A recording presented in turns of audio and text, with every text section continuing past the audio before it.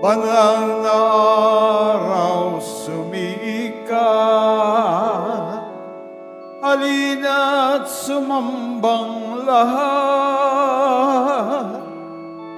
sa nanaog na liwanag.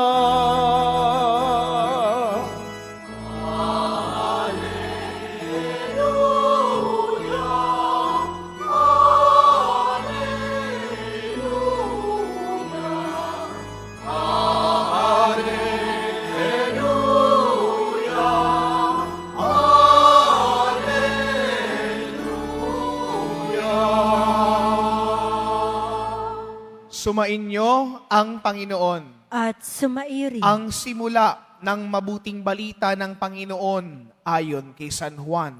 papuri sa iyo, Panginoon. Sa pasimula pa'y naroon na ang salita. Kasama ng Diyos ang salita at ang salita ay ang Diyos. Kasama na siya ng Diyos sa pasimula pa lamang. Sa pamagitan niya nilikha ang lahat ng bagay at walang anuman ang nilikha na hindi sa pamagitan niya. Mula sa Kanya ang buhay, at ang buhay ay ang siyang ilaw ng sangkatauhan. Nagliliwanag sa kadiliman ng ilaw at hindi ito kailanman nagapi ng kadiliman. Sinugo ng Diyos ang isang tao na ang ngalang ay Juan. Naparito siya upang magpatotoo tungkol sa ilaw at manalig sa ilaw ang lahat dahil sa patotoo niya. Hindi siya ang ilaw kundi naparito siya upang magpatotoo tungkol dito. Ang tunay na ilaw na tumatanglaw sa lahat ng tao'y dumarating sa sanlibutan. Nasa sanlibutan ng salita, nilikha ang sanlibutan sa pamagitan niya, ngunit hindi siya nakilala ng sanlibutan. Naparito siya sa kanyang bayan, ngunit hindi siya tinanggap ng kanyang mga kababayan. Ngunit ang lahat ng tumanggap at nanalig sa kanya ay pinagkalooban niya ng karapatang maging anak ng Diyos. Sila nga'y naging anak ng Diyos, hindi dahil sa isinilang sila ayon sa kalikasan, ni sa pita ng laman o sa kagagawa ng tao. Ang pagiging anak nila ay buhat sa Diyos. Naging tao ang salita at siya'y nanirahan sa piling natin. Nakita namin ang kanyang kapangyarihan at kadakilaan, puspos ng pag-ibig at katapatan. Tinanggap niya mula sa Ama ang kapangyarihan at kadakilaan ito bilang bugtong na anak. Nagpatotoo si Juan tungkol sa kanya at ganito ang kanyang sigaw. Siya ang tinutukoy ko ng aking sabihin. Ang darating na kasunod ko'y higit sa akin sapagkat siya bago pa ako ipanganak. Dahil siya'y puspos ng pag-ibig, tayong lahat ay tumatanggap mula sa kanya ng abot-abot na kaloob sapagkat ibinigay ang kautusan sa pamagitan ni Moises, ngunit ang pag-ibig at katotohanan ay dumarating sa pamagitan ni Hesukristo. Kailan may walang nakakita sa Diyos, subalit ipinakilala siya ng bugtong na anak. Siya'y Diyos na lubos na minamahal ng Ama. Mga kapatid, ang mabuting balita ng Panginoon. Pinupuri ka namin, Panginoong Hesukristo. Magsiupo mo na po ang lahat. Magandang umaga po sa inyong lahat. Maligayang Pasko po. Pakibati nga po inyong katabi, Merry Christmas.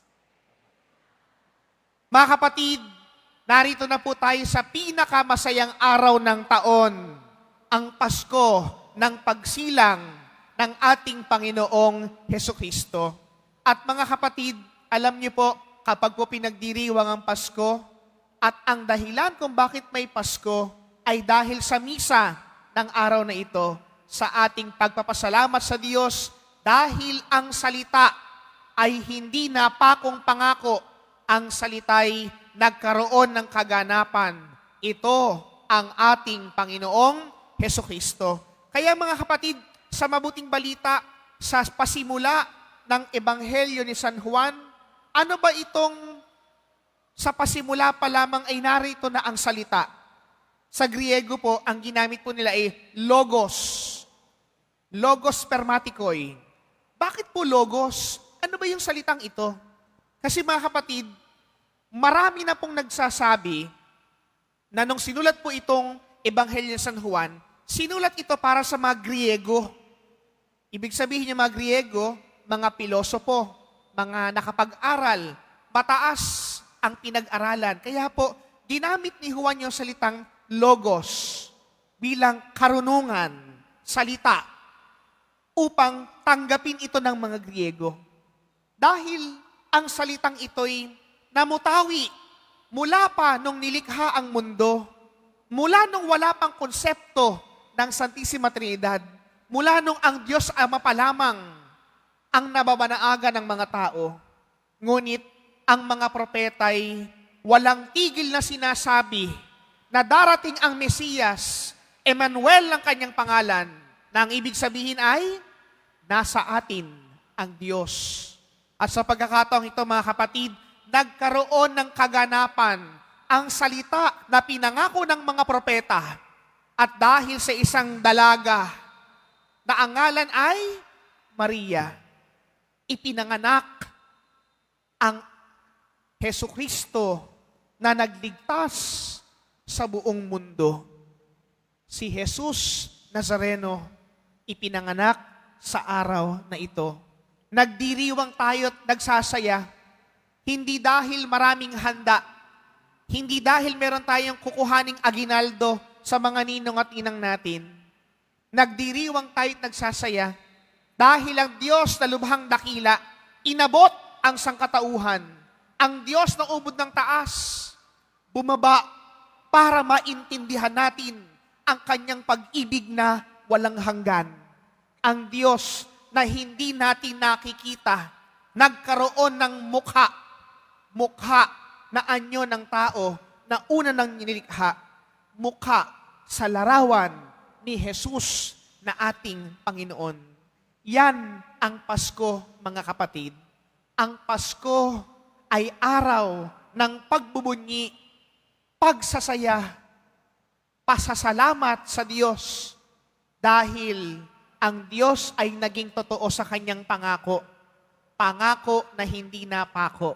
Pangako ng kanyang pag-ibig.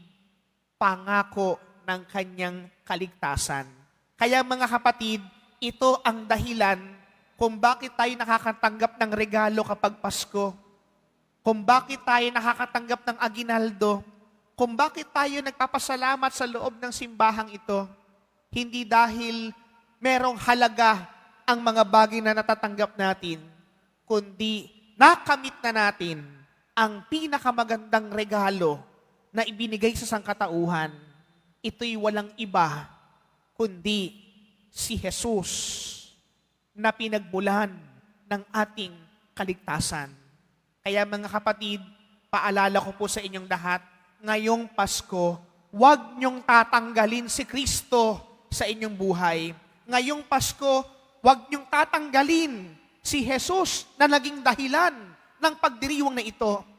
Kaya mga kapatid, sa araw na ito, ibalik natin si Kristo sa ating pamilya. Ibalik natin si Kristo sa ating buhay.